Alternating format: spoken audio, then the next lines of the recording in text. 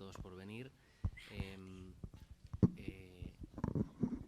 Es un placer para nosotros poder acogeros aquí en casa, nunca mejor dicho.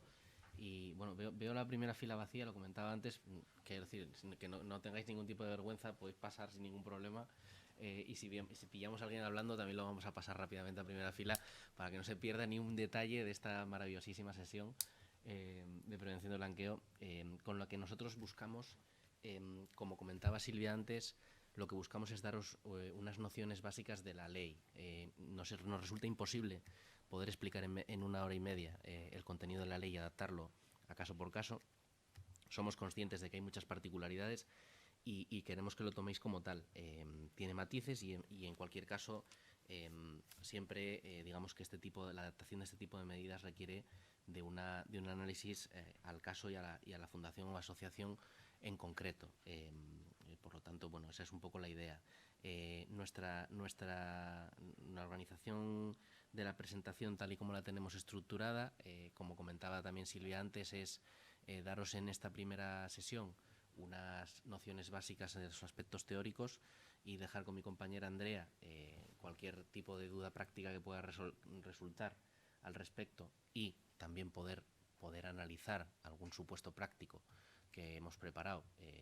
adaptado a asociaciones y fundaciones en la sesión de la semana que viene, donde veremos casos reales de aplicación de estas medidas en este tipo de organizaciones. Dicho lo cual, lo que vamos a hacer es primero pegar un repaso a por qué es importante esta sesión, aunque bueno, me imagino que ya lo podréis intuir. ¿Cuál es la regulación que existe en esta materia en España? ¿Por qué las asociaciones y en qué medida son sujetos obligados y cómo? Porque es importante tener en cuenta que las dos normas que regulan esta cuestión en nuestro país son una ley de 2010, la ley 10/2010, y un Real Decreto de 2014, que es el Real Decreto 304/2014. Es importante tener en cuenta que, aunque en esa ley se dicen muchas cosas, no todas aplican a las fundaciones y asociaciones y no de la misma manera que a otros sujetos obligados. Es decir, hay un régimen limitado de obligaciones que se establecen para las asociaciones y fundaciones, atendiendo también a su particular naturaleza y al fin y a las obligaciones que pueden y están concebidas para cumplir. Estas obligaciones se concretan en 2 artículos en concreto, que son el artículo 39 de la Ley 10/2010 y el 42 del Real Decreto 304/2014, que, si bien establecen una serie de obligaciones específicas para asociaciones y fundaciones, tienen que leerse en conjunto con el resto de disposiciones de la norma, como no puede ser de otra manera. ¿Por qué nos parece importante la sesión? Nos parece importante para que podáis conocer que estas dos son las normas de referencia en la materia y además contamos también con algunas guías y algunas referencias por parte del organismo que se ocupa de, digamos, vamos a decirlo así, de impartir las directrices operativas en relación con la prevención del blanqueo de capitales, que es un organismo que depende del Banco de España, que se llama el SEBLAC, y este organismo ha editado una guía orientativa en la cual se aterrizan un poco más algunas de las obligaciones. Creo que os la hemos facilitado entre los materiales también para que os pueda servir de ayuda a la hora de saber un poco cómo va este tipo de cuestiones. Conocer de manera resumida qué obligaciones deben cumplir este tipo de asociaciones y fundaciones en esta materia y también qué implicaciones y consecuencias se pueden derivar de las mismas. Dentro de esto, y ahora le doy paso a mi compañera Begoña, os vamos a explicar un poco de dónde viene todo esto y también cómo está regulado en la actualidad. Pues buenas tardes. Como primer punto a tratar, más allá de la importancia de la prevención del blanqueo de capitales en España, sobre todo para las asociaciones y fundaciones, es un poco aterrizar de dónde viene la ley, como ha dicho Guillermo, y posteriormente de qué forma aplica concretamente a las asociaciones y fundaciones, porque son regímenes especiales dentro de lo que se establece en la propia ley y en el Real Decreto. Entonces, como antecedentes directos, la preocupación por el blanqueo de capitales en España, en la Unión Europea y en general en el mundo surge a raíz de los años 80 y 90 por un grupo que es el Grupo de Acción Financiera, que surge a raíz del G7, y establece una serie de recomendaciones que en los 90 la Unión Europea empieza a implementar en esa primera directiva del año 91, pero no es hasta la implementación de esa segunda directiva en el año 2005, donde hay una concreción un poco más específica de en qué se concreta esta regulación de prevención del blanqueo de capitales y financiación del terrorismo, que tiene un desarrollo posterior en una ley española. Tal y como se establece la directiva y también en la propia ley, lo que se establece en la directiva no es un régimen específico, concreto y muy detallado de la manera en la que se tiene que regular la prevención del blanqueo de capitales para todos los sujetos obligados, sino que requiere, en primer lugar, de la transposición por parte de esa ley y, posteriormente, de lo que se establece en el Real Decreto, que se implementa un poco más tarde, en el año 2014, después de la entrada en vigor también de la Ley de Transparencia en 2013, que lo que hace es especificar esas obligaciones concretas de los sujetos obligados que se establecen dentro del artículo 2 de la ley, ¿no? Entonces, esto es un poco como el marco introductorio de qué manera entra la prevención del blanqueo de capitales en España y dónde se sitúa, ¿no? Y en concreto, como ha dicho Guillermo, se sitúa en esta Ley 10/2010 de prevención del blanqueo y en el Real Decreto que desarrolla estas obligaciones de la ley. En un segundo punto, los sujetos obligados que se establecen en el artículo 2, lo veremos posteriormente, pero evidentemente para lo que a nosotros nos interesa aquí, en una de las letras de ese artículo 2 se establece que tanto las asociaciones como las fundaciones se entienden sujetos obligados de la ley en los términos que se establezcan en la propia normativa que las regula, con lo cual no hay un concepto autónomo dentro de la propia ley sobre lo que se entiende sobre un sujeto obligado en cuanto a asociaciones o fundaciones, sino que tendremos que irnos o bien a la Ley Orgánica 1/2002 para las asociaciones o bien a la Ley 50/2002 para las fundaciones, y establecer pues, quiénes son los sujetos obligados. Y aquí no se establece una diferenciación dependiendo del tamaño o de otras características de qué asociaciones o fundaciones están obligadas, sino que todas se entienden obligadas, evidentemente, y quitando aquellas que se sometan a regímenes específicos, como pueden ser, por ejemplo, los partidos políticos o los sindicatos, ¿no? Con lo cual, sí que habrá ciertas especificidades en la normativa relacionadas con hasta dónde llega esa responsabilidad o esa obligación o esas obligaciones concretas de la prevención del blanqueo de capitales, dependiendo del tamaño o de otras cuestiones de las propias asociaciones o fundaciones, pero todas aquellas que se entiendan como tal en ambas leyes, en la Ley Orgánica 1/2002 y en la Ley 50/2002, se entiende que son sujetos obligados en relación con este artículo 2. Y en esta siguiente diapositiva, bueno, perdón, no sé si querías decir algo. Aquí realmente lo que queríamos trasladaros es daros un poco la visión general de que la Ley 10/2010 y el Real Decreto 204/2014 son normativas que no aplican, o sea, vamos a situar un poco esto para digerir un poco dónde estamos. O sea, estas obligaciones no aplican a todo el mundo, es decir, solamente aplican a aquellas entidades que están previstas en el artículo 2 de la ley. ¿En qué está pensando la ley cuando establece un numerus clausus en este artículo? En aquellos entes, véanse entidades bancarias, véanse entidades de crédito, véanse asociaciones, véanse fundaciones, aquellos que de alguna manera tienen mayor facilidad para ser utilizados como instrumento para lavar dinero. O sea, esa es la razón por la cual la ley establece un límite concreto de sujetos a los que les va a pedir unas medidas de diligencia superiores a las precauciones que toda entidad debe adoptar en su día a día. ¿Por qué? Porque lo que se trata es de evitar que se pueda utilizar las estructuras que están previstas en este tipo de entornos para que gente utilice, por ejemplo, este tipo de canales para, por un lado, financiar actividades supuestamente, vamos a decirlo así, en beneficio de la sociedad y a la vez, por ejemplo, poder obtener una deducción a través de las deducciones que puedo tener vía deducción de IRPF o cualquier otro tipo de beneficio fiscal que puedo obtener a raíz de los correspondientes certificados de donaciones que puedo obtener de las diferentes entidades sin ánimo de lucro a las cuales financien. Esa es la razón. Dicho lo cual, ahora sí, dejo a Begoña seguir. Sí, teniendo en cuenta esto que acaba de decir Guillermo en relación con en qué se concretan esas obligaciones dependiendo de cuál sea el sujeto obligado, pues en ese artículo 2 y específicamente en ese apartado X se establece que, bueno, que sí, que las asociaciones y fundaciones son sujetos obligados, pero que están obligados de forma particular, es decir, hay que atender a las particularidades, como se ha dicho antes, del artículo 39 de la ley, y posteriormente del artículo 42 del Real Decreto, porque hay una especialización dependiendo de cuál sea la preocupación principal del legislador, teniendo en cuenta el sujeto obligado que sea, ¿no? En este caso, en el caso de las asociaciones y de las fundaciones, la principal preocupación es la utilización de las mismas como vehículo para lavar dinero, como se ha dicho, ¿no? Con lo cual,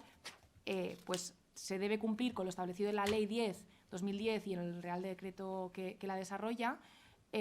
teniendo en cuenta todo lo que se establece en la legislación, pero específicamente con lo que se establece en este artículo 39 y en el artículo 42.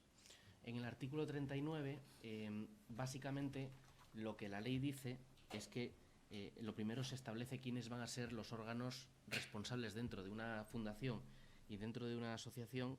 a la hora de cumplir con las medidas de prevención establecidas en la normativa. En el caso de fundaciones, se menciona expresamente tanto al protectorado como al patronato, así como al personal con responsabilidades en la gestión dentro de las fundaciones. Y en el caso de las asociaciones, se establece que cuentan con estas responsabilidades el órgano de gobierno, la Asamblea General,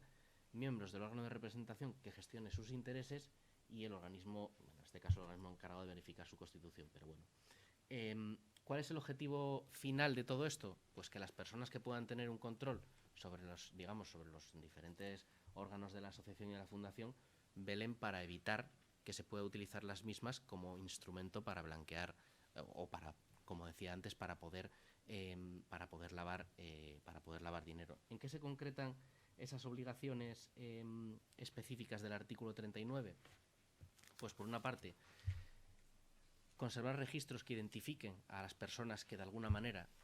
o bien contribuyan con fondos a la asociación o bien reciban financiación por parte de la asociación o de la fundación, y que se conserven durante un plazo determinado esos documentos de identificación.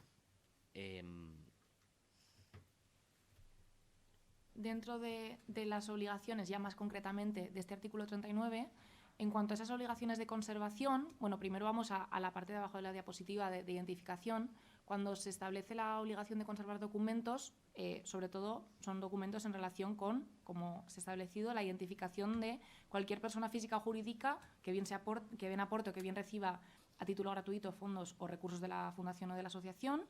Y esta comprobación tiene que hacerse mediante documentos fehacientes, que luego se establecerá qué se entiende por documentos fehacientes, dependiendo de si estamos hablando de una persona física o de una persona jurídica, pero evidentemente son documentos que se relacionan con soportes que puedan verificar la identidad, como puede ser un documento nacional de identidad o como puede ser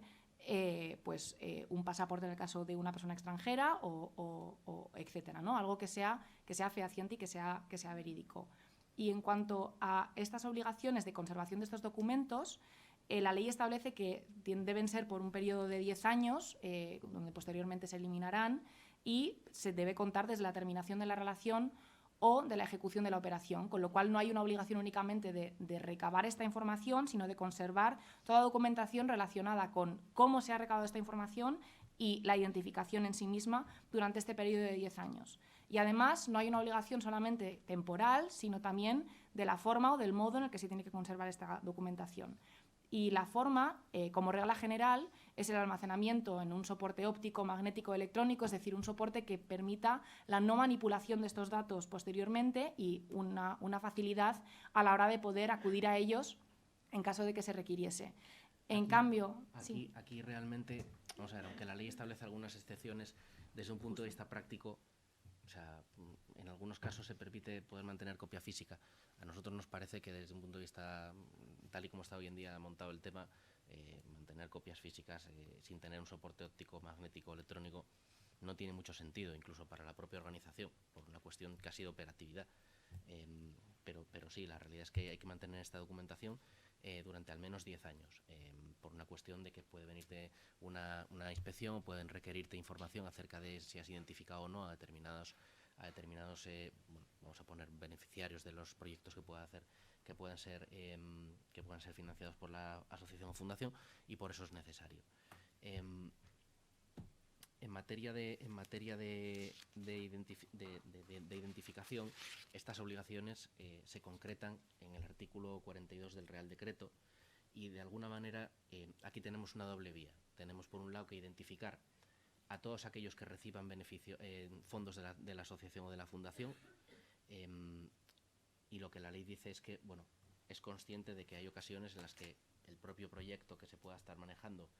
haga inviable que se pueda identificar a todos y cada uno de los beneficiarios, o pueda existir un escaso riesgo de blanqueo de financiación del terrorismo. Ahí lo que se prevé es que se identifique tanto, por un lado, al colectivo de beneficiarios como a las contrapartes y a los colaboradores en ese proyecto, ¿vale? Partimos de la base de que al final la ley da unas pautas que luego hay que bajar al caso concreto, que es lo que os decía antes. Eso respecto de a quién puede ser beneficiario de los recursos de la Fundación. Respecto de a los donantes que digamos que contribuyen con su dinero a la asociación y a la fundación, lo que la ley establece es que se tiene que comprobar la identidad de toda persona física o jurídica, ahora veremos cómo se concreta esto, que done o que aporte a título gratuito fondos por valor superior a 100 euros, ¿vale? O sea, ese es el umbral que se establece como uno de los, digamos, mínimos a partir del cual, tienes que cumplir con las obligaciones que están establecidas en este precepto. Dicho lo cual, este artículo 42, además de establecer esta concreción de la Ley 10/2010, que estaba prevista de manera más genérica y que os acabamos de explicar, establece uno por uno cuáles son los requisitos que se obliga a las fundaciones y asociaciones para poder cumplir con la materia de prevención de blanqueo. Dice, sin perjuicio de lo que está establecido en el artículo 39, que ya hemos visto, y de las obligaciones que tengan que cumplir de acuerdo con su normativa específica, la ley de asociaciones o de fundaciones o las demás que os apliquen sectorialmente, tienen que aplicar las siguientes medidas. Y estas son las medidas específicas que la ley prevé, ese régimen limitado del cual hablábamos al principio. Por un lado, implementar procedimientos para garantizar la idoneidad de los miembros de los órganos de gobierno y de otros puestos de responsabilidad de la entidad. Luego vamos a entrar en detalle en cada uno de estos para contaros un poco por dónde van los tiros de la ley. El segundo es aplicar procedimientos que permitan asegurar el conocimiento de las contrapartes, incluyendo su adecuada trayectoria profesional y la honorabilidad de las personas responsables de su gestión. Aquí lo que está pensando la ley, en nuestra opinión, no deja de ser en contar con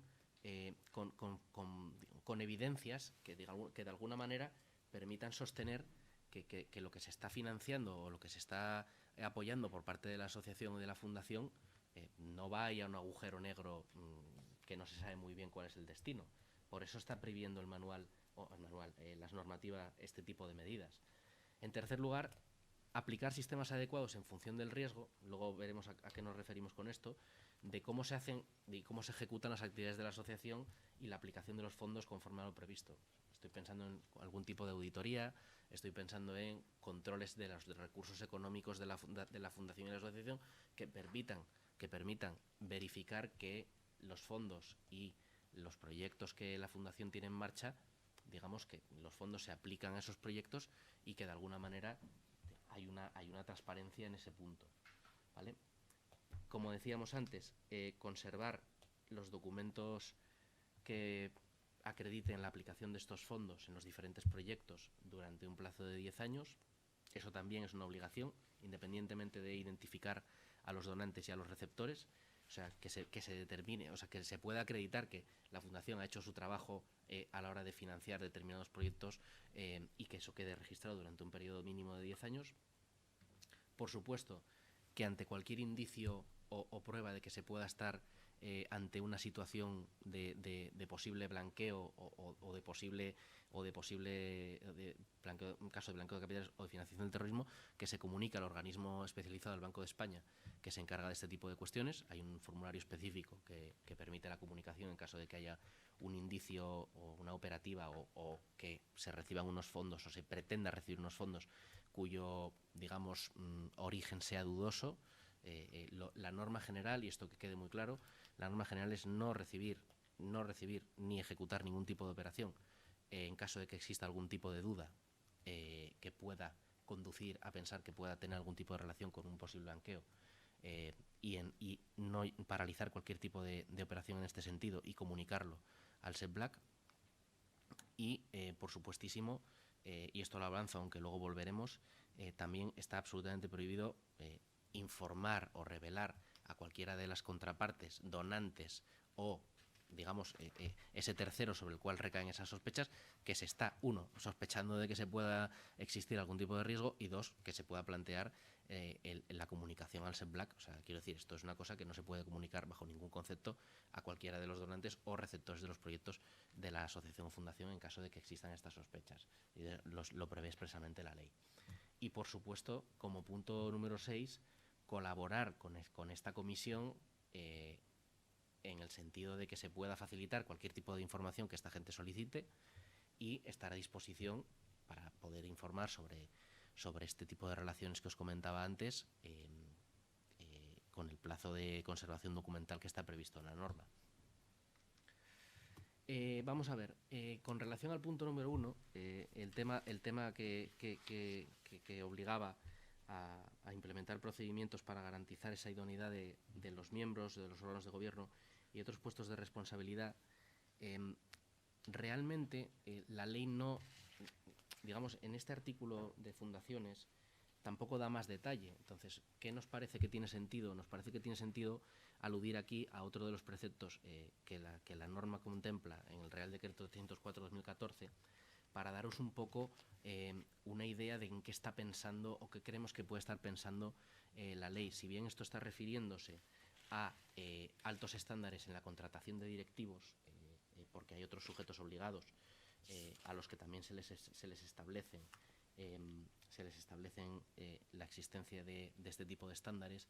no hay como tal una referencia expresa en este artículo a asociaciones y a fundaciones. Pero aquí lo que se está pensando, en defecto de que haya una normativa específica, es en que de alguna manera la gente que ocupe estos puestos quede constancia documental de que tienen una trayectoria honorable, tanto por su trayectoria profesional como por su paso a lo largo de otros organismos anteriores de colaboración en el tercer sector, como por las buenas prácticas que rijan en la materia en el entorno de las asociaciones o fundaciones, y de alguna manera justificar que la persona que está ostentando este tipo de cargos, vamos a decirlo así, es merecedor de ese puesto. Así, es una persona íntegra, es una persona que, digamos, cumple con unos, digamos, vamos a decirlo así, aunque valga la redundancia, altos estándares éticos. A modo de ejemplo, y en relación con una cuestión que, como digo, no tiene que ver directamente con asociaciones y fundaciones, ¿cuándo se entiende en algunos casos que no concurren estos estándares éticos? Por daros un poco de visión, pues uno, si tiene antecedentes penales sin cancelar, ni susceptibles de cancelación por delitos dolosos contra el patrimonio, si además ha sido sancionado por incumplimiento de sus obligaciones en materia de PVC, con lo cual esto es un poco el sentido y en lo que está pensando están pensando la norma para poder, digamos, cumplir con este punto y que creemos que puede tener sentido traer a colación en este apartado específico. Con relación a las medidas que se pueden establecer, voy a volver para atrás para volver a situaros. El conocimiento de contrapartes, esto nos lleva a hablar tanto de la identificación de las contrapartes y de los posibles proyectos, como decíamos antes, en los que, como os comentábamos, tienes que tener claro a dónde vas a destinar tus recursos y también tienes que identificar a esos donantes que superen la barrera de los 100 euros. Entonces, esto al final, de alguna manera, lo que la ley está pensando es en la identificación, o sea, de manera básica, está pensando en la identificación formal y la identificación del titular real que os mostramos ahí, que son los artículos 3 y 4 de la ley. Esos artículos al final desarrollan, como explicaba Begoña, cuáles son los puntos y la documentación que se tiene que tener en cuenta. Dicho lo cual, al final, como la norma no especifica qué entiendes por aplicar procedimientos para asegurar el conocimiento de sus contrapartes, también tiene sentido establecer un conocimiento tanto de esa actividad de la contraparte como de esa relación que vas a tener con la contraparte, que si bien aquí la ley habla de conocimiento de la actividad y seguimiento continuo de la relación de negocios porque está pensando en transacciones mercantiles o está pensando en operaciones de compraventa con los sujetos obligados que están establecidos en la ley, también puede tener sentido aplicarlas en relación con este tipo de contrapartes. En función de ese riesgo, también se establecen diferentes medidas a la hora de poder definir cómo debe actuar un sujeto obligado a la hora de actuar con contrapartes, que veremos. Normalmente se establecen 3 tipos de medidas: normales, reforzadas y simplificadas en función del riesgo. ¿Por qué hablamos aquí de esto, más allá de la identificación? Porque al final una de las cuestiones que se tienen que tener en cuenta cuando tú vayas a tener esas medidas para poder actuar con contrapartes y poder definir qué tipo de operaciones proyectos se financian o se llevan a cabo por parte de una asociación o fundación. Una de las cosas que establece la norma, aunque no venga referida aquí expresamente y que en la práctica hemos visto, es que de alguna manera sí que se tiene que contemplar un catálogo de operaciones en las cuales tú determines cuáles son tus fuentes de riesgo. O, bueno, pues mira, yo opero en países en los que hay, pues por el índice de percepción de la corrupción o por el índice de percepción que se establece por determinado, con arreglo de determinados estándares, pueden existir mayores riesgos de blanqueo. Pues este tipo de se tiene que hacer un análisis de riesgo estableciendo dónde hay ese problema o qué tipo de operaciones tú vas a realizar o no vas a realizar. Oye, mira, pues yo no acepto donaciones de, se me ocurre, y pongo un ejemplo al azar, entidades que se dediquen a financiar el juego online, por ejemplo. Bueno, pues por motivos X, pues no las acepto. Pues en tu catálogo de operaciones no aceptadas lo estableces. O sea, aquí la idea que subyace en todas estas medidas es que quede documentado por escrito cómo va a operar la asociación y la fundación en relación con este tipo de prevenciones. Dicho lo cual, y en relación con operaciones que pueden ser consideradas o zonas que se pueden considerar de riesgo, o sea, la ley, al margen de que se tengan que establecer un catálogo de operaciones de riesgo entre las propias medidas documentales con los que se cuente por parte de la asociación y la fundación, se define por parte de la ley riesgos tanto geográficos, que son los que os ponemos ahí, en donde de alguna manera lo que se está pensando es en territorios cuya, digamos, respeto o cuya vinculación con los mecanismos de prevención no dejan de ser cuestionados tanto porque aparecen en listas específicas de bien sean considerados como paraísos fiscales o jurisdicciones no cooperantes, o bien porque hayan sido objeto de países que pues, no tengan unos sistemas homologados de prevención de blanqueo. O también riesgo por tipo de operación, en donde lo que se establece, y aquí también dejo a Noelia continuar, que en todo caso se tienen que tener en cuenta como posibles riesgos a la hora de tener un tipo de operación, pensando teniendo en cuenta que esto, de nuevo, hay que adaptarlo al caso concreto de cada una de las operativas y de cada asociación y fundación, pensando en de dónde puede venir el dinero que recibimos o a dónde puede ir el dinero o los fondos que nosotros vamos a prestar o a financiar para poder desarrollar los proyectos que tengamos en mente. Como alguno de los siguientes supuestos que contempla la norma, pues están estos. Sí, en concreto se contempla, pues por ejemplo, cuando la naturaleza o el volumen de las operaciones activas o pasivas de los clientes, en este caso de las personas que vayan a ser beneficiarios de los proyectos o de los fondos de la asociación o las que vayan a aportar a la asociación, no se corresponda con su actividad o con sus antecedentes operativos, es decir, que no haya una equivalencia, que no haya una correspondencia. Cuando con una misma cuenta, sin causa que lo justifique, se abone con ingresos en efectivos por un número elevado de personas o se reciban múltiples ingresos en efectivo de una misma persona, cuando estamos hablando ya de que se maneja muchísimo efectivo. Cuando hay una pluralidad de transferencias realizadas por varios ordenantes a un mismo beneficiario en el exterior o por un único ordenante en el exterior a varios beneficiarios en España, sin que se haya apreciado una relación de negocio entre estas intervinientes. Los que haya movimientos con destino o con origen en los países que os ha comentado antes Guillermo, en aquellos países que son de riesgo. Las transferencias en las que no se contenga ningún tipo de identidad del ordenante o de la persona que vaya a realizar esa operación, es decir, que no estén identificadas, que no se pueda, al final lo que persigue la ley, como han estado diciendo continuamente mis compañeros, es básicamente que nos permite identificar quién es esa persona que se va a relacionar con la fundación o con la asociación, con lo cual todo tipo de operativa que no deje rastro de quién es esta persona, ahí ya entraríamos más en riesgo por el tipo de operación. Y luego también los tipos de operaciones que establezca la comisión. Estas operaciones son las que serán objeto de publicación o comunicación directamente a los sujetos. En ocasiones, y atendiendo al tipo de y al tipo de sujetos obligados. El SEBLAC saca algunas recomendaciones. No es el caso de, por lo que hemos visto, de las asociaciones y fundaciones. Se sacan unos catálogos de operaciones de riesgo que al final lo que hacen es concretar, dar unas pautas en donde se establecen, atendiendo a la tipología del sector, que se puede entender como operaciones en las que, habitual o atendiendo a la experiencia de las múltiples años de trabajo de este tipo de organismos, se ha visto que pueden generar un mayor riesgo en cuanto a que se pueden utilizar esos canales como medio para poder blanquear el dinero, ni más ni menos. También se prevén alguna serie de medidas simplificadas en relación con determinadas entidades, que tampoco me voy a detener mucho en esto. Básicamente se está pensando siempre en entidades que tengan, pueden ser entidades de derecho público, entidades que tengan una cotización admitida a negociación en un mercado regulado de la Unión Europea. Pero donde me quiero detener y donde el artículo 3 y 4 de la ley, en relación con la identificación de donantes y de receptores de fondos de la asociación, hace hincapié es en la identificación, como decía, formal,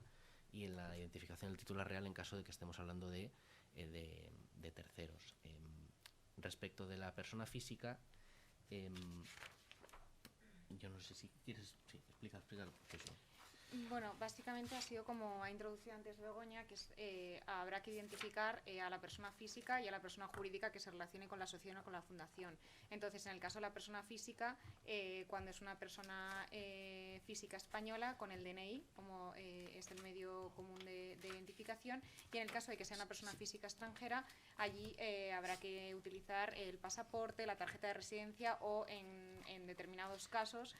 como puede ser, aquí, por ejemplo... Lo que sí queríamos dejar claro es que la ley da diferentes opciones atendiendo a los documentos que puedan estar disponibles. Es decir, al final, no todos los casos, incluso hablando de otros supuestos en los que no nos encontremos también entre una asociación y fundación, sino ante otros sujetos obligados, no en todos los casos, digamos, el legislador es consciente de que se va a tener un documento específico, por eso da diversas opciones. Lo que sí establece la norma es, como regla general, estos, algunos de los que vienen aquí, más otros que están también en la ley. O sea, lo que hacemos aquí es tratar de simplificar un poco lo que viene en la ley. Pues la ley es muy densa y muy técnica, pero al final todos los supuestos y especificidades posibles están contenidas dentro del artículo 6 del Real Decreto, si no me equivoco, del Real Decreto 304/2014, donde los podéis ver con más detalle. Tanto para personas físicas como para personas jurídicas, porque al final no nos olvidemos que puede realizar una donación tanto una persona física como una persona jurídica, o ser receptor de un proyecto, entiendo, y vosotros aquí sabéis bastante más que yo del tema, tanto personas físicas concretas como entidades jurídicas que también entran dentro de esta identificación. En el caso de las personas jurídicas españolas, esa identificación se puede hacer a través de la obtención de una certificación del registro mercantil, en donde aparezcan los datos básicos de la persona jurídica. Aquí la verdad es que hay esto, vamos, os lo cuento a modo de anécdota. La realidad es que yo personalmente pienso, dices, bueno, pero ¿qué del registro mercantil? Y entonces no me vale una nota simple, que aparte es mucho más barata. Pues la realidad es que la norma no te deja, en teoría, y con la ley en la mano tiene que ser una certificación. ¿Por qué? Porque lo pone la ley. De hecho, algunas veces sí que nos hemos planteado esta cuestión, y la realidad es que la redacción viene como viene, y es lo que te obligan a contar o a solicitar. Respecto de las personas jurídicas extranjeras, lo que establece la norma es que se cuente con esa documentación pública que acredite, por un lado, que esa persona jurídica existe, sea pues en donde se pueda ver su constitución, esa denominación social, la forma jurídica que tiene, el domicilio, identidad de administradores, estatutos y el número de identificación fiscal o equivalente. ¿Qué ocurre? Que al final esta identificación, cuando tú estás hablando de persona física, pues esto es muy evidente. O sea, pues pides el papel de documentación, pasaporte o DNI, que es lo más habitual, y en persona jurídica la cosa se complica un poco más, porque no solo hay que identificar a la persona jurídica, sino también que hay que identificar al representante, es decir, la persona con la que esa persona jurídica se relaciona con nosotros y que de alguna manera puede ser nuestro interlocutor. Tiene que haber un representante, persona física, respecto del cual hay que identificar como si fuera una persona física independiente, y además hay que identificar y documentar cuáles son los poderes de representación que le permiten actuar en representación de esa, valga la redundancia, de esa persona jurídica. En el caso de empresas españolas se permite como excepción poder solicitar una certificación al registro mercantil en donde se acredite que ese hombre está inscrito, ese hombre o esa mujer está inscrito para poder actuar en representación de la persona jurídica en concreto de la que estemos hablando. Y respecto del concepto de titular real, vamos a ver, al final el titular real es otra de las patas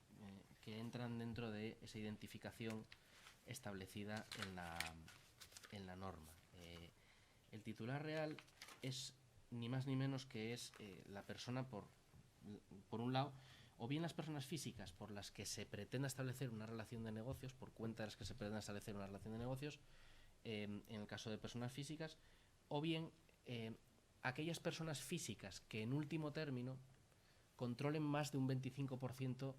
directa o indirectamente de una persona jurídica, o de los derechos de voto de una persona jurídica, o bien que, como dice aquí, a través de acuerdos o de alguna manera ejerzan el control de la gestión de la persona jurídica. Entonces, ¿por qué la norma establece esto? O sea, es decir, cuando nosotros estamos hablando de la identificación titular real, lo que busca la norma es que tú, si estás identificando a una persona jurídica, no te quedes solo en identificar formalmente a esa persona, sino que también puedas llegar a determinar quién tiene el control último de esa persona jurídica. Como os podéis imaginar, esto al final hay varias maneras de hacerlo. En función del riesgo que estemos enfrentando, como decía antes, la norma prevé que se adopten unas cautelas superiores o inferiores, que con carácter general vale con una declaración responsable, que básicamente lo que implica en la práctica es que la persona que vaya a responder o a completar la información respecto de esta persona jurídica acredite y dé información acerca de quién es ese titular real, y en aquellos supuestos en los que exista un riesgo superior al promedio, lo que se suele hacer es pedir el acta de titularidad real u otra información que permita acreditar efectivamente que esa titularidad real es la que es. Ese es un poco el sentido de la ley. Como esto es lo que acabamos de comentaros. Y bueno, el conocimiento de la actividad, como digo, pues depende un poco. Yo estoy pensando más aquí ya en la parte relacionada con ese conocimiento de contrapartes, que depende un poco pues también del riesgo frente al que nos enfrentemos, que al final no deja de ser conocer qué actividad o qué vamos a estar teniendo enfrente. En el caso de que exista un mayor riesgo, pues al final lo que se está pensando es que se pueda contar con mayor información, y respecto de, bueno, esto es un cuadro resumen en el que os explicamos un poco cuáles son las diferentes medidas en función del riesgo que os acabamos de comentar. Dicho todo esto, y centrando lo que acabamos de explicar hasta ahora, que estaba básicamente enfocado a aclararos un poco en qué está pensando la ley para identificar a donantes y a receptores, las normas de prevención de blanqueo siempre, o digamos que lo que buscan es que se pueda contar con una documentación escrita que digamos que acredite cómo cumples o cómo vas a cumplir tú como asociación y fundación con este tipo de obligaciones. Es decir, al final lo que se está pensando es en poder contar con soporte documental que te permita a ti, o sea, al final detrás de todo esto bueno, vamos a ver, yo estoy obligado a cumplir con la ley, ¿y cómo cumplo con la ley? Pues mire, yo tengo aquí un documento que acredita que tengo un procedimiento para establecer la idoneidad de los candidatos a los puestos de responsabilidad, y tengo un documento que establece cómo identifico las contrapartes, Y todo eso al final, pues, quiero decir, hay que bajarlo a la tierra. O sea, no vale con decir, bueno, pues pero yo lo hago, ¿eh? Y entonces yo siempre, toda la gente que tengo yo en casa, en la asociación, es gente, vamos, me parto la cara por ellos. Pues sí, pero al final, cuando a ti te pregunten cómo cumples con estas obligaciones, la forma de hacerlo, o en nuestra experiencia, la forma de hacerlo es contar con una documentación escrita en donde tú pongas negro sobre blanco qué criterios vas a seguir para poder actuar. Entonces, a efectos prácticos, y aunque no se refiera en concreto en la ley, en los artículos que os acabamos de explicar, sí consideramos que es necesario contar con un análisis de riesgo, además de un manual, digamos, en donde se concrete las medidas de prevención que va a seguir las asociaciones y las fundaciones en este caso. Entonces, ese análisis de riesgo, lo que nosotros vemos habitualmente es que se introduce como parte del manual, de tal manera que tú cuentes con un documento, digamos, que es tu código a la hora de poder establecer este tipo de... donde tú concentras cómo vas a comportarte en relación con estas normas. ¿Qué busca el análisis de riesgo? O sea, el análisis de riesgo al final es un vamos a decir, lo voy a decir en plan llano y casero. Es un papel en donde tú haces examen de conciencia y explicas y cuentas por escrito cuáles son tus objetivos, cuáles son tus actividades, dónde puede haber riesgo, en qué países operas, o a qué sujetos o con qué sujetos te relacionas, dónde puede existir un riesgo teniendo en cuenta cómo funcionas en la práctica. Es decir, entonces esto es un análisis que se hace por especialistas, en donde tú básicamente reflejas ahí, oye, mira, pues yo me dedico a financiar pozos de agua potable, el objetivo de mi fundación, asociación, es financiar pozos de agua potable en Nigeria. Y entonces yo, para conseguir eso, pues lo que hago es recibir donaciones de X, Y o Z, y entonces yo veo que aquí pues mi volumen de trabajo, de proyectos es este, y yo pues se estima que aquí pues este es un poco mi radiografía. Esa es un poco la idea del análisis de riesgo, pensado lógicamente en el cumplimiento de las medidas de prevención del blanqueo. Por eso es una cosa, vamos a decirlo así, ad hoc. Es decir, no hay un análisis de riesgo, no hay una plantilla que tú puedas coger y decir, a ver, análisis de riesgo para fundaciones. Y decir, bueno, pues entonces, a ver, aquí marco X, Y o Z y entonces ya tengo el análisis. O sea, esto es una cosa que hay que hacer para hacerla como hay que hacerla, digamos, viendo un poco, o sea, levantando un poco aquí la cortina de casa y viendo un poco en qué situación, o sea, cómo tengo yo montado el sistema en casa y a qué me dedico y qué hago y qué dejo de hacer. Además de esto, ¿dónde se aterriza todo esto, todas las obligaciones en materia de PVC? En lo que podemos llamar un manual, que de alguna manera lo que hace ahí es concentrarse cómo son, o mejor dicho, se recogen por escrito qué procedimientos va a seguir la Fundación cuando se enfrente a situaciones que estén obligadas a cumplir con la Ley 10/2010 y Real Decreto. ¿Qué es el documento habitual, el contenido habitual de un manual? Y volvemos a lo mismo. Esto lo tocaremos en la sesión de la próxima semana, yendo a casos prácticos. Sí, vuelvo a insistir, y aquí reconozco que soy muy pesado, pero la realidad es que esto no hay, a ver cómo lo digo, cada manual se adapta al destinatario del manual, es decir, puede haber asociaciones o fundaciones que tengan unos riesgos superiores a otras y por tanto necesiten adoptar unas u otras medidas, o contar con unas u otras medidas, y puede haber otras que no, dentro de lo cual los manuales, digamos, cuentan con una estructura, vamos a decirlo así,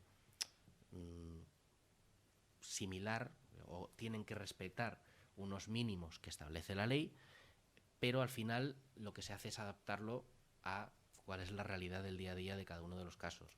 ¿En qué está pensando, en qué estoy pensando, y por daros un resumen de los contenidos en los que se puede concretar estas obligaciones del manual? Pues por un lado el análisis de riesgo, las obligaciones específicas que ya habíamos comentado para las asociaciones y fundaciones. También se contempla una política, digamos, donde tú digas, aquí hablamos de admisión de contrapartes, no deja de ser, oye, mira, ¿con quién me voy a relacionar yo? O sea, al final lo que se busca es que tú tengas puesto negro sobre blanco dónde puede haber o no haber riesgos que puedan conducir a que tú puedas estar metido o puedas tener relación con situaciones en las que se pueda producir un blanqueo de capitales o situaciones de financiación del terrorismo. Un catálogo de operaciones en donde identifiques dónde puede haber riesgo, que de alguna manera eso también te va a servir para que la gente que en la asociación y fundación esté obligada a cumplir con estas medidas sepa por dónde andar, porque al final una de las cuestiones que también se prevén en la norma es que si tú detectas que hay una operación sospechosa o hay unos fondos que pueden venir o pueden tener un origen sospechoso, que tú, digamos, no ejecutes esa operación o no recibas esos fondos y potencialmente, y a la vista del análisis que vayas a realizar para ver si eso no puede o no tener encaje dentro de un supuesto de potencial blanqueo, lo comuniques en su caso a las autoridades antes de hacer nada. Que se establezcan qué instrucciones vas a dar tú a la gente de la asociación y fundación sobre cómo proceder en este tipo de situaciones. Oye, mira, pues en determinadas situaciones, evidentemente, si hay el más mínimo indicio, se tiene que comunicar internamente al responsable interno para que se valore si se va a comunicar esa operación o no al servicio de prevención. ¿Cómo vas a detectar esas operaciones sospechosas o esos procedimientos? Un procedimiento de examen especial en caso de que se detecte que una potencial operación yo me refiero a operación, pero me estoy refiriendo a las concretas situaciones de las fundaciones, pueda tener relación con el blanqueo de capitales. ¿Cómo se va a comunicar esas operaciones por parte del responsable en caso de que puedan estar vinculadas a ese blanqueo o financiación del terrorismo? También se establece la necesidad de tener un canal que permita poder comunicar internamente potenciales incumplimientos de la norma, incluso de manera anónima a la gente que está dentro de la asociación. Esto, bueno, pues al final se puede hacer, bueno, pues muchas veces lo que se establece es un canal, un email, en donde, bueno, pues de alguna manera se permite que, pues cuando, como la norma lo obliga, se puedan comunicar incumplimientos o potenciales incumplimientos de la norma. Se establezca una descripción de qué órganos dentro de la asociación y fundación van a cumplir con esta norma. Estamos pensando pues en el representante que pueda haber dentro de la asociación ante el posible servicio ejecutivo, o en su caso el órgano de control interno, donde luego entraremos. También se tienen que prever algunas medidas de formación que de alguna manera garanticen que la gente que está lidiando con estas cosas sabe por dónde anda, y que lógicamente esto no deja de ser, que esto no es un papel, o sea, porque muchas veces, sobre todo en la parte del compliance más que en el PVC, uno de los grandes retos que existen para poder garantizar que un determinado plan o un determinado código o una determinada política es efectiva, es que se pueda acreditar su conocimiento efectivo y su aplicación efectiva por parte de la gente a la que va destinada. Es decir, nos hemos encontrado, como os podéis imaginar, con situaciones de lo más variopinta, pero al final una de las cosas que de verdad, o sea, donde subyace todo esto, es que por un lado tú puedas acreditar que tú te conduces, por decirlo así, con arreglo a las previsiones de la ley, pero que tú también puedas acreditar que la gente que está obligada a cumplir con estas normas conoce y sabe cómo actuar, y además existe una valga la redundancia, formación que permite acreditar que esta gente, digamos, que esto no queda en, oye, toma, un día me dijeron que en la web había colgado un manual allí puesto y bueno, pues sí, sé que hay una cosa ahí en la web que pone PVC y bueno, pues hasta hoy, que como os podréis imaginar, de todo hay, pero la idea también es que esto sea una cosa que realmente se aplique por una disposición básicamente legal. Tiene que haber una actualización periódica, y también se prevé que este tipo de manuales se sometan a auditoría externa, para garantizar que lógicamente pues están acordes a la ley y que además cumplen con las disposiciones y que de alguna manera funcionan en la práctica. Y por supuesto, pues muchas de las cosas ya os hemos contado. El procedimiento de conservación de documentos, cómo se va a conservar. O sea, luego todo esto, vamos a ver, cuando se baja a la tierra, al final, esto es mucho más práctico de lo que a lo mejor pueda parecer, y al final, una vez adaptado, es bastante más sencillo atendiendo a las particularidades de cada caso. ¿Cuándo es necesario llevar a cabo un procedimiento de examen de una operación? Cuando se detecte que hay algún tipo de operación que pueda tener algún riesgo de prevención de blanqueo, atendiendo a los criterios que están establecidos en esas normas escritas, lo que hay que hacer es, lo primero hay que valorar ante qué nos estamos enfrentando. Es decir, o sea, no vale decir, no, mira, es que como tengo una operación, o vuelvo a lo de operación, tengo una situación en la que voy a recibir unos fondos que vienen de las Islas Caimán. Bueno, esto hay que comunicarlo al SEBLAC ya. O sea, pues no, o sea, quiero decir, a lo mejor hay un riesgo de blanqueo o no.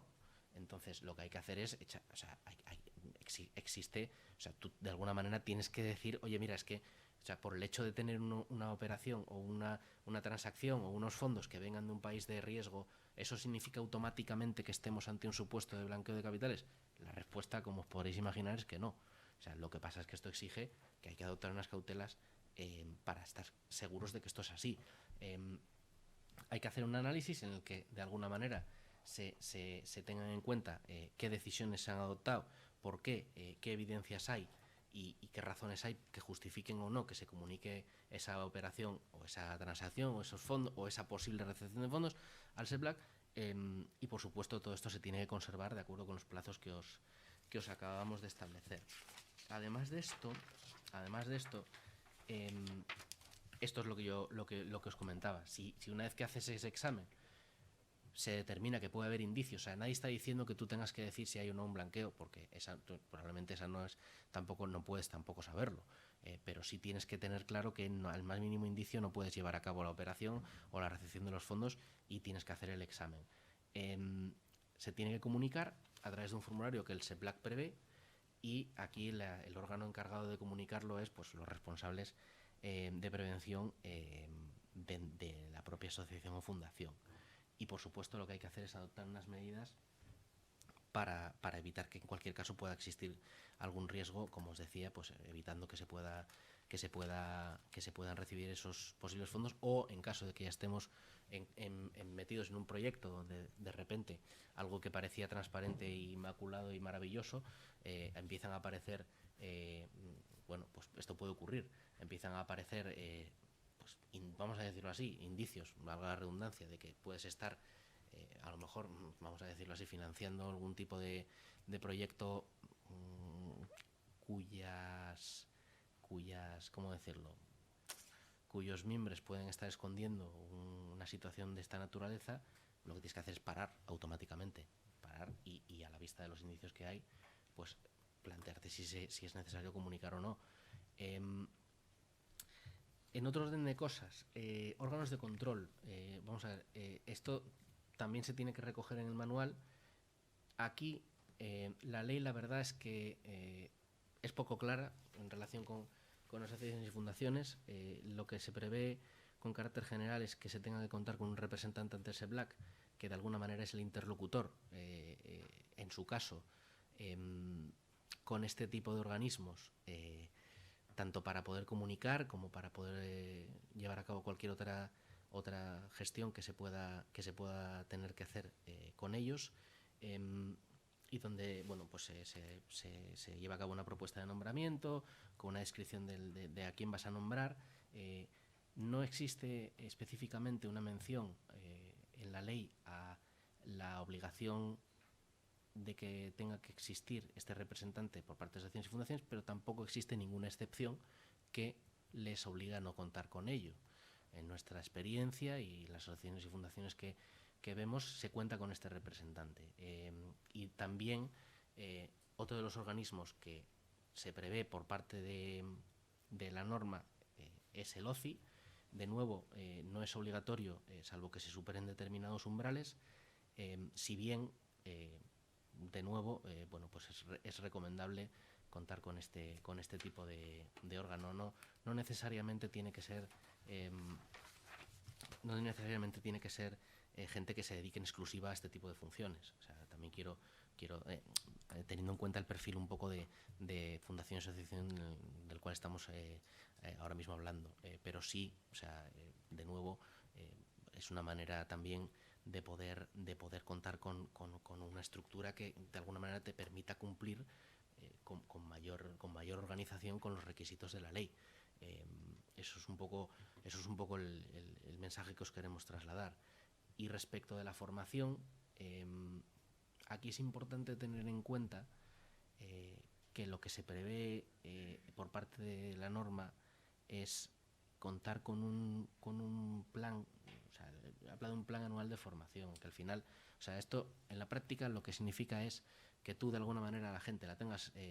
actualizada con las medidas que tú tienes que aplicar cuando tú estás llevando a cabo los procedimientos de identificación y de cómo identificar una posible operativa sospechosa, y que eso tenga en cuenta los riesgos de la asociación y la fundación. Es decir, oye, mira, es que yo a lo mejor,